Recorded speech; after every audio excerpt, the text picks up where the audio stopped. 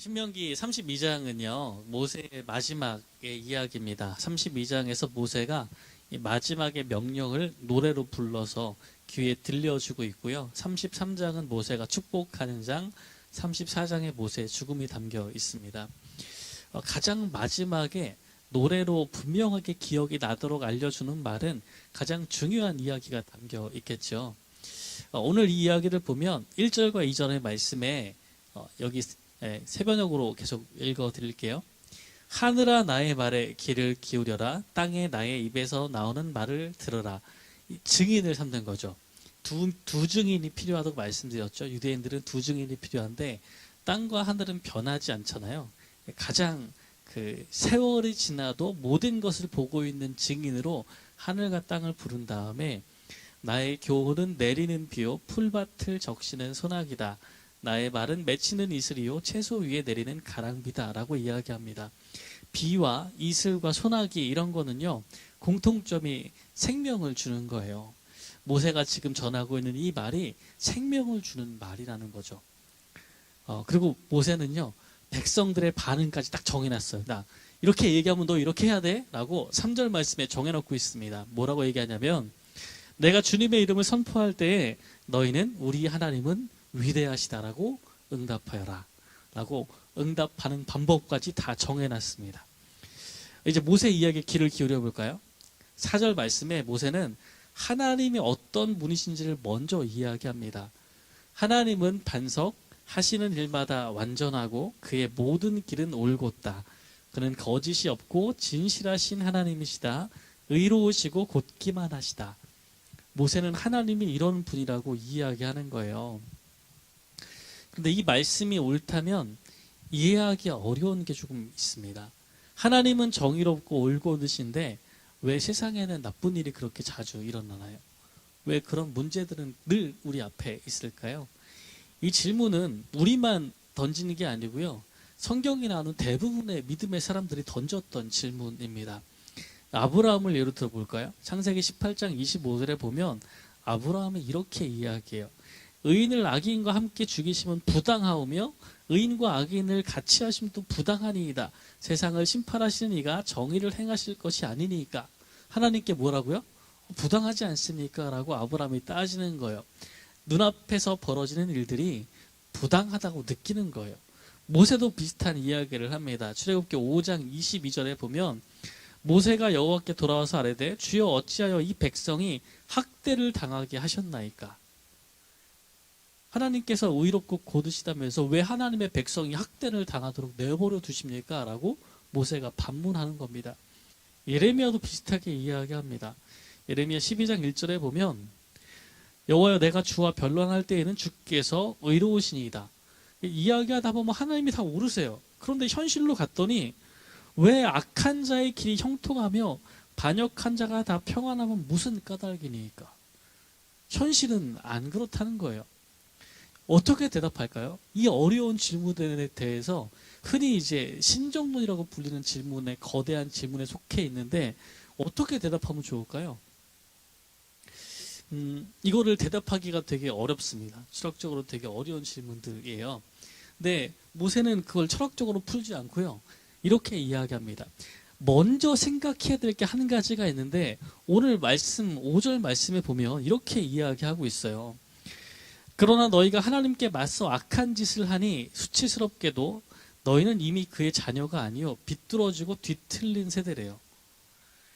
지금까지 하나님께서 왜 그렇게 행하셨는가를 계속 물어봤는데 모세는 지금 바꿔서 하나를 더 물어보고 있는 거예요. 그게 뭐냐면 너희가 누구인가?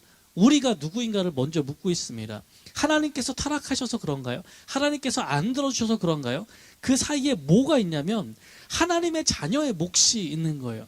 이 사람들이 비뚤어지고 뒤틀린 세대가 되었다라고 이야기합니다. 우리는 이해할 수 없는 문제가 일어났을 때 하나님께 따져서 물어요. 하나님 어떻게 이런 일이 일어날 수가 있습니까? 하나님께서 의롭게 행하신다고 했는데 왜 하나님의 백성이 고통을 당해야 되고 왜 하나님 그 악한 자들은 저렇게 형통하고 잘 망하지도 않습니까? 라는 질문들을 계속 반복해서 하게 됩니다. 하나님께서 선을 선으로 갚으시고 악을 악으로 갚으신다고 했는데 현실은 너무 하고 싶은 말이 많은 거예요. 그래서 그 책임을 하나님의 행동에 놓고 있습니다. 그런데 생각해 보면 뭐가 빠져 있냐면 우리의 역할이 빠져 있어요. 그 질문에 대해서. 수년간 19년 후반부터 우리가 코로나를 겪었잖아요. 상당히 긴 시간 동안에 사실 교회 예배에 큰 변화가 일어나고, 교회 방송에 혁명이 일어났죠. 교회가 그전까지 그렇게 방송에 예산을 써본 적이 없는데 모든 교회가 방송에 다 어마어마한 금액을 투자하고 바뀌고, 그렇게까지 남의 교회 설교를 잘 안 찾아 들으셨는데 열심히 찾아 듣기 시작하시고 엄청난 변화가 생겨나기 시작했습니다. 같이 예배 드리는 거에 대해서도 여러 가지 변화가, 새로운 기준이 생겨난 시점이 코로나 시기였어요. 코로나 시기에 정말 많은 사람들이 전염병으로 죽게 되고 또 혹시 감염이 되지 않을까 공포에 떨 때가 있었죠. 과학자들이 그 원인을 찾으려고 노력했는데 그 중에 제일 유력한 설은요, 지구 온난화의 결과로 그 영구 동토층이 해빙되기 시작하면서 그 안에 갇혀있던 바이러스들이 이제 해방된 거죠. 그리고 이제 거기에 있던 식생이 변화되면서 동물들이 자꾸 내려와요. 동물들이 내려오고 인간과의 접촉이 늘어나면서 그전까지는 접촉하지 않아서 퍼지지 않았던 그런 병과 바이러스들의 전염병들이 또 퍼져나가기 시작한 것이 아닐까라고 많은 과학자들이 입을 모아 이야기합니다. 그럼 코로나19는 하나님의 심판인가요?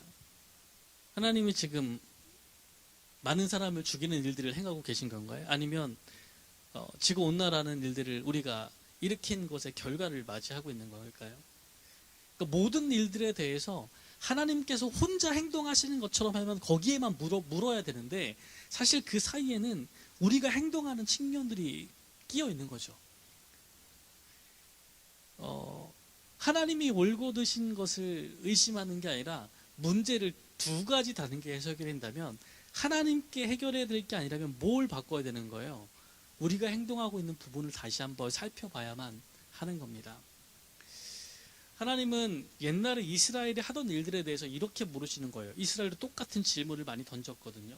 왜 하나님께서 공의로우시다면서 악한 자들을 내버려 두십니까? 하나님의 백성을 학대하고 억압하는 사람들이 저렇게 형통하게 내버려 두시는 게 어디 있습니까? 라고 계속해서 물었습니다. 그때 하나님께서 이스라엘의 이야기를 먼저 살펴보라고 말씀을 하시는데 오늘 15절과 18절 말씀을 보면 세번역에서 이렇게 써 있어요. 이스라엘은 부자가 되더니 반역자가 되었다. 먹거리가 넉넉해지고 실컷 먹고 나더니 자기들을 지으신 하나님을 저버리고 자기들의 반석이신 구원자를 업신여겼다. 너희는 너희를 낳은 바위를 버리고 너희를 낳은 하나님을 잊었다. 앞에 삐뚤어진 세대라고 이야기했죠.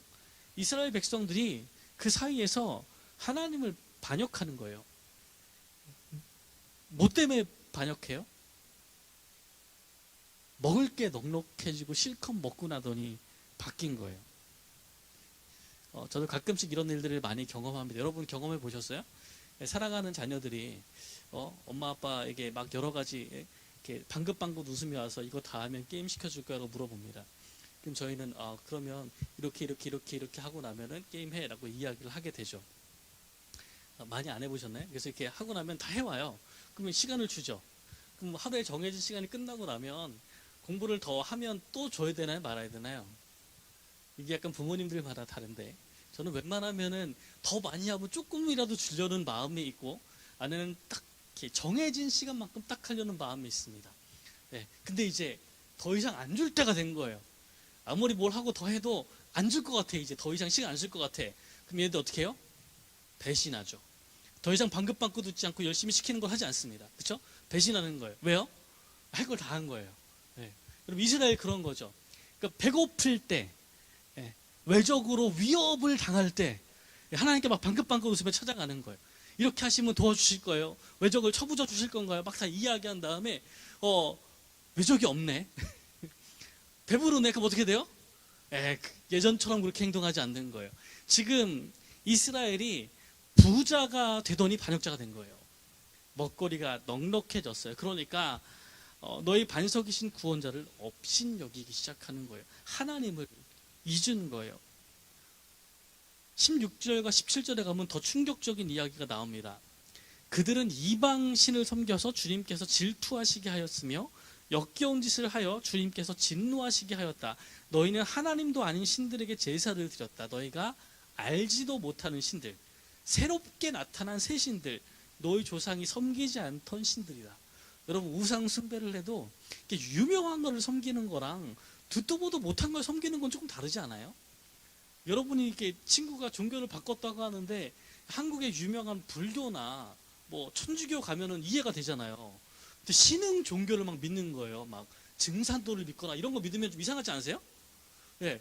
아니 좀 알만한 걸 믿어야지, 유명한 걸 믿어야지. 그 이상한 걸 믿으면 아니 그렇게 하려고 뭐 교회 그만두고 했다 이런 생각들이 드는 거죠. 당시 이스라엘 사람들이 하나님을 배신하고 떠났는데 그럼 무슨 신을 찾아갔대요? 여기 조상들이 알지도 못하는 신들, 새로운 신들, 조상들이 섬기지도 않던 신들을 갑자기 섬기기 시작한 거예요. 어떻게 그럴 수 있을까요?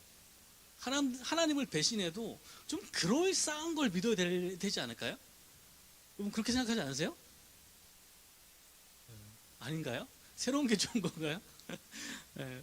이거를 설명하려면 17절에 보면 너희는 하나님도 아닌 신들에게 제사를 드린다라는 이야기에서 이제 귀신이라는 단어가 쓰여요. 메소포타미아에서는 이제 그 히브리어 말로 쉐두라고 부르는 마귀라고 부르는 형태가 있는데요. 이거는 특정한 신의 이름이 아니에요. 여기서 말하는 신은 어떤 범주의 신들이냐면 이 쉐두라는 그 마귀 또는 영이 개인의 건강과 복지를 지켜주는 수호신 같은 거예요. 그래서 한 명의 신이 아니고 그냥 그런 거와 관련된 신들을 쉐드라고 불렀던 거예요. 그러니까 이스라엘 사람들이 섬긴 거는 특정한 어떤 신이 아니고요. 자기들의 건강과 자기들의 복지에 관심을 가져주는 수호신을 섬긴 거예요. 거기다가 제사를 드리기 시작하는 거죠. 그러면 의도가 조금 다르죠. 그러니까 하나님을 떠나서 또 다른 어떤 신을 섬긴다기보다 하나님을 떠났는데 내 건강과 복지에 책임을 져주는 보호해 준다는 신에게 돈을 주고 섬기고 있는 거죠. 이게 핵심이에요. 사실 어떤 신을 섬긴다기보다 그냥 내 건강과 내 재산을 보호하기를 원할 뿐이에요. 이게 이스라엘의 삐뚤어짐의 핵심입니다. 삐뚤어진 사람들은 이렇게 살아가는 거예요. 하나님을 섬기는 게 아니라 뭘 섬겨요? 건강, 재산. 교회가 이 두 가지를 건드릴 때 참을 수 없습니다. 교회 갔더니 되게 피곤해요. 뭐 어떻게 해야 돼요?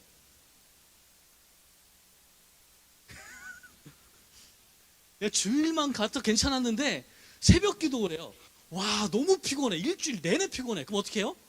새벽은 금요 심야 기도에 오기로 했는데 오늘은 찬양대에 특별하게 특성도에서 와야 되는데 토요일날 너무 피곤한 거예요. 그럼 어떻게 돼야 돼요?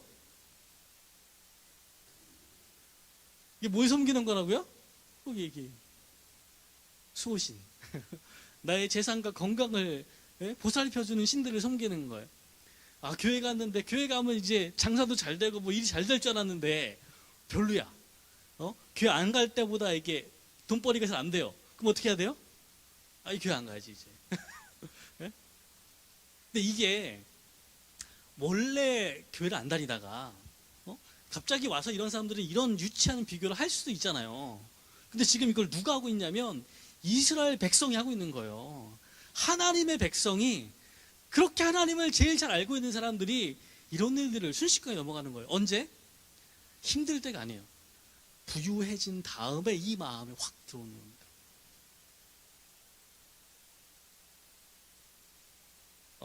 15절 상반절에 이렇게 재밌게 이야기합니다. 그런데 여수론이 기름짐에 발로 찼도다 이야기해요. 여러분, 여수론 뭐예요? 이 이름은 뭔가요? 네, 이게 이스라엘의 애칭이에요. 애칭. 네, 애칭인데 이스라엘이라는 어근에서 똑같은 어근에서 나오는 말입니다. 야샤르라는 어근에서 나온 말인데 원래 이 야샤르라는 말은 고든 정직한이라는 뜻을 가지고 있는 단어예요. 그러니까 이스라엘은 하나님 앞에서 고든 정직한 사람들이죠. 그게 부르심이거든요. 하나님의 부르심이에요. 물론 이제 야곱에게 주어진 이름은 하나님과 싸워 이긴 자라는 말에서 왔지만 그 단어의 어근에는 그런 뜻이 없어요. 그러니까 거기 붙어 있는 말이고 원래는 고든 정직하다는 뜻입니다. 거기서 다른 표현으로 이제 여수르라는 이름이 등장한 거예요. 근데 하나님께서 지금 이스라엘을 뭐라고 그러셨어요? 삐뚤어진 세대라 그랬잖아요. 근데 그 이스라엘 지금 뭐라고 애칭을 부르시는 거예요? 고든 사람들, 여수른이라고 부르시는 거예요. 가끔씩 그 이름을 지어주실 때 누가 봐도 부모님이 교회를 다닌 것 같은 분들이 있잖아요. 신학교에서 그런 친구들 많이 만났거든요. 거기 요한이도 있고요, 이삭이도 있고요, 사무엘도 있고요. 막 종류별로 다 있어요. 여자친구들은 사라도 있고요, 한나도 있고 다 있습니다. 웬만한 친구들 다 있거든요. 근데 이런 이름이요, 사실 그 부모님의 어마어마한 기도와 기대를 담은 이름이잖아요. 근데 본인은 되게 힘들어요. 왜냐하면 그 이름에 걸맞게 살면 괜찮은데, 예, 그런 분이 거하게 사고를 쳐서 막 뉴스에 나오고 그러면 이게 되게 더 힘들지 않아요? 이름이 주는 기대가 있고 도덕적인 어떤 그 기대감이 있는데 그 이름 엄청 힘들거든요. 지금 이스라엘이 삐뚤어졌잖아요. 삐뚤어져서 이상한 마귀들 신들 섬기고 있는데 거기다가 이제 이 고든 정직한 이런 이름의 애칭을 불러서 지금 이야기하고 계시는 거예요. 어떤 느낌이에요 이게? 예? 이거 약간 비꼬는 말이죠. 너희가 어떻게 그렇게 삐뚤어질 수 있느냐라고 이야기하는 거예요. 이제 다시 처음 질문으로 되돌아가 볼까요? 믿음의 사람 아브라함, 모세와 예레미야가 던진 질문이 있습니다. 세상을 심판하신 이가 어찌 정의를 행하실 것이 아니니까 주여 어찌하여 이 백성이 학대를 당하게 하셨나이까? 악한 자의 길이 형통하여 반역한 자가 다 평안하면 무슨 까닭이니까? 하나님은 선하신데 그분의 길이 곧고 정의로우신데 왜 의로운 하나님의 백성은 학대를 당하고 악한 자들은 형통하며 평안합니까? 우리는 하나님께서 바뀌어지시든지 우리가 바뀌든지 해야 되는 두 가지 결론에 도달한 거예요. 그런데 하나님은 어떤 분이세요? 시편 92편이 이 두 가지 이야기를 합니다. 결과를 이야기하시는 거예요. 92편 7절과 12절 말씀에 7절에 악인들은 풀같이 자라고 악을 행하는 자는 다 흥왕할지라도 영원히 멸망하리이다. 의인은 종려나무같이 번성하며 레바논의 백향목같이 성장하리로다.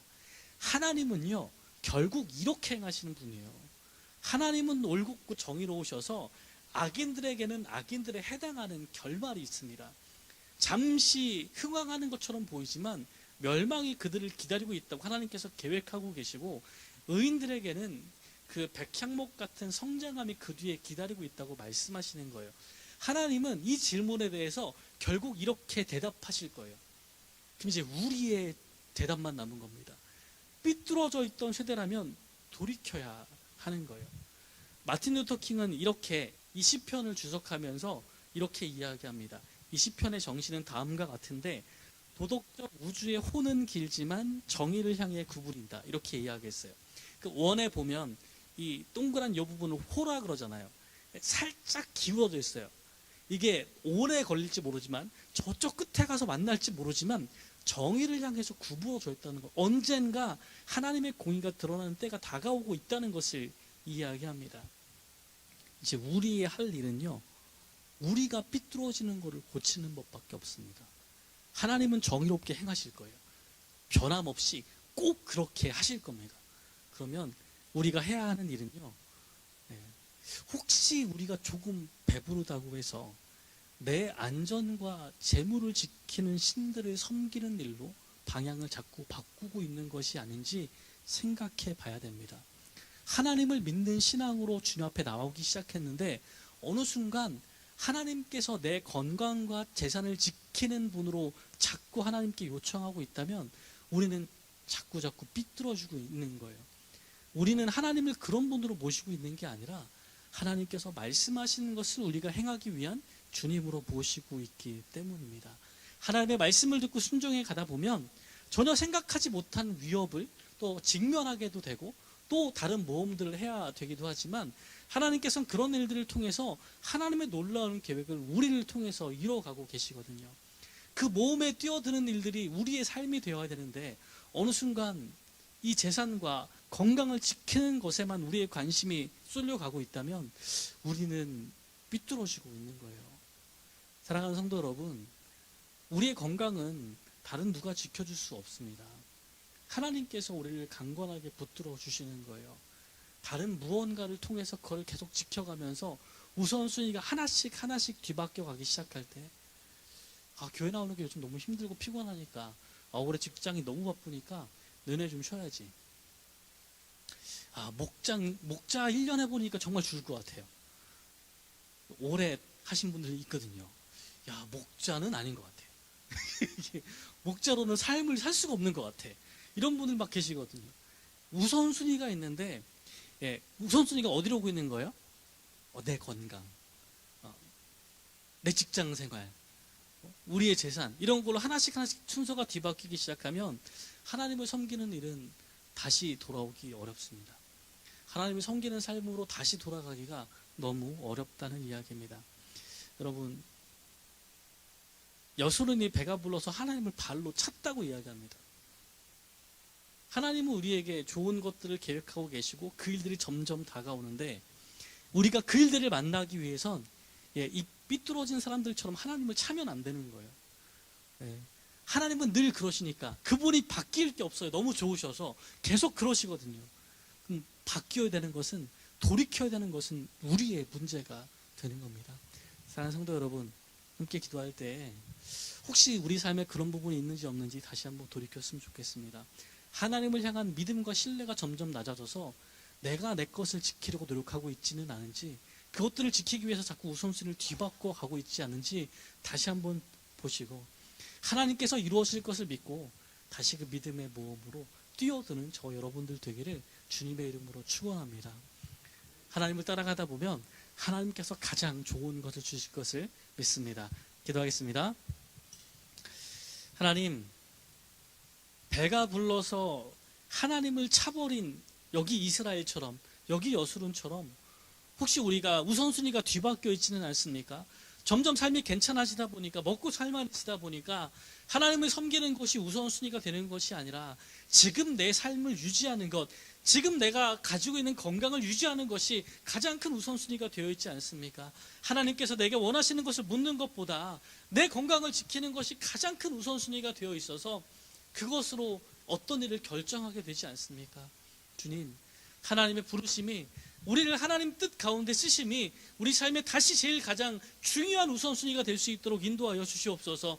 우리가 하나님을 찾지 않도록, 나의 배부름 때문에 하나님을 버리는, 하나님을 업신여기는 일이 일어나지 않도록 삐뚤어진 데서 다시금 돌이킬 수 있도록 인도하여 주셔서 주님 보시기에 곧은 새로운 이스라엘 될 수 있도록 인도하여 주시옵소서. 모든 말씀 예수님의 이름으로 기도합니다. 아멘.